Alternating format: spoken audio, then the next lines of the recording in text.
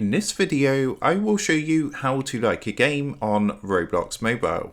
So let's jump straight into it. So in order to do this, what you're going to want to do first is of course open up Roblox on your device and log in to your account. Now once you're logged in, what you want to do is select the game that you want to like. So you can choose this from your homepage, or alternatively use the search icon at the top to search for the experience that you want to like. Now, just a note, you can only like experiences that you've actually played on the Roblox mobile app. So for example, Bloxroot is one that I've currently played. So what I'm going to do is press onto the experience to bring up information about this game. Now on this screen, if you scroll down slightly, you can see we've got this upvote section here. And to go ahead and upvote and like the game, you just want to press the up arrow just like so. You can also downvote by pressing the down arrow. And once you've got the screen up, if you actually come down to the bottom left hand corner and press onto these three dots, you're going to get a pop-up menu like this, and from here what you can do is like the game and add it to your favourites by pressing this star icon here. So what this is going to do is add the game to your favourites so it's easier to find in the future. You can find this in your profile, which is going to contain all your favourite games. So that is how to like a game on Roblox Mobile.